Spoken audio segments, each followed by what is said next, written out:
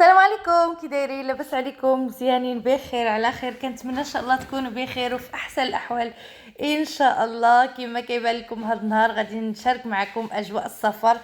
المهم بعد ما هزينا القرار بعد عناء طويل حقيقه ما كناش ناويين نسافروا، ولكن على حسب الوليدات قالوا تقريبا 9 سنين، مهم تقريبا 9 سنين ما شافوش المغرب. اكثر بناتي الكبار، لان ولدي الصغير كان عنده 4 شهور هكاك 5 شهور. قالوا لك والو نمشيو نضربوا دوره نسراو هذا العام في المغرب. وفعلا قررنا وشدينا الطريق، دوزنا واحد الطريق زوينه بزاف بدون معاناه. يعني من بلجيكا لفرنسا دا زوين، ارتاحينا شويه في فرنسا، من تما شدينا الطريق. يعني اسبانيا ما وقفناش فيها كاع، شدينا الطريق كامله حتى الميريا. المهم هزينا البيي من الميريا لمليليا، ما هزيناش من الميريا لبلينصار.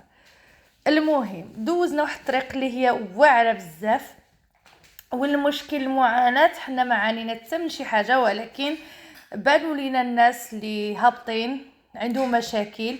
يعني بزاف لقينا الناس وقفوا على جنب لانهم الطوموبيله ديالهم وقفات اونبان. هذه هي واحد النصيحه اللي كتكون اكثريه شفنا بزاف الناس في اسبانيا.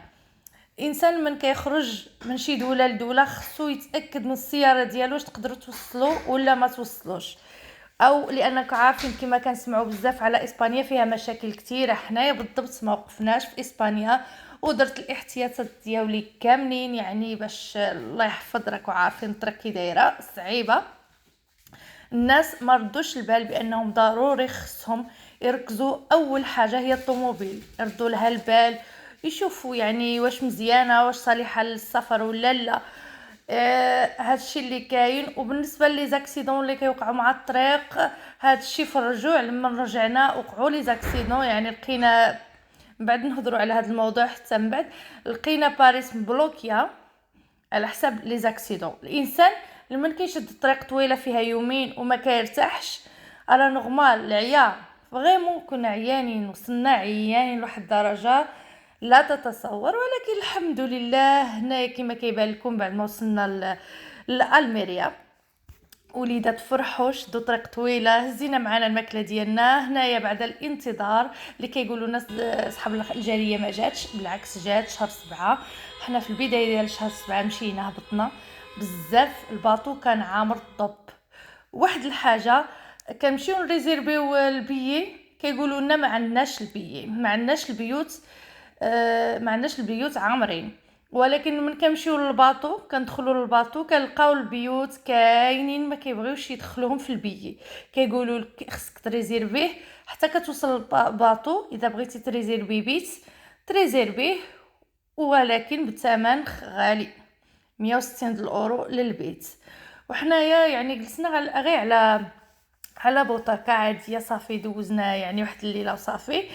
ايوا المهم كلشي داز مزيان. الباطو ديال الميريا زوين بزاف. وهنايا كما كنقول لكم مليليا، وصلنا لمليليا هنايا. كاينين الناس بحال حنايا كانوا جوج باطويات قبل منا، هزينا 7 سوايع ديال الانتظار كما كيبان. وهنايا كما كيبان لكم وصلنا لمدينه بنين اللي موجوده في مدينه الناظور. وحقيقه كان واحد الاحساس زوين بزاف بعد 9 سنين، واحد الاحساس رائع رائع بزاف. وهذه غادي نعطيكم نصيحه الناس اللي كيهبطوا من الخارج للمغرب، حاولوا انكم تشارجيو الطوموبيل على قد الجهد ديالها، لانني تبارك الله شفت الناس مشارجين الطوموبيل حتى انه الجراير ما كيبانوش. ولكن هذا الشيء بالنسبه للناس اللي كيقولوا لي زاكسيدو مع الطريق، لان نتوما بالضبط ما دايرينش السلامه للطوموبيلات ديالكم. هذا الشيء راه نورمال. الانسان خاصو يرد البال للسياره ديالو يعني ويعرف شنو كاين في السياره ديالو، ويديها الميكانيك قبل ما يشد بها واحد الطريق اللي هي طويله ومعذبه بزاف. وبطبيعه الحال الواحد خصو ضروري واحد القسط الراحه من الراحه، لان الطريق اذا كانت طويله ضروري الانسان يرتاح باش يقدر يكمل على الطريق ديالو. الطريق السلامه لاي واحد باغي يسافر يسافر، سواء للناظور سواء لأي مدينة. طريق السلامة وعطلة موفقة إن شاء الله. وشكرا لكم بزاف، كنتمنى أنكم تكونوا استفدتوا من هذا الفيديو. مع السلامة.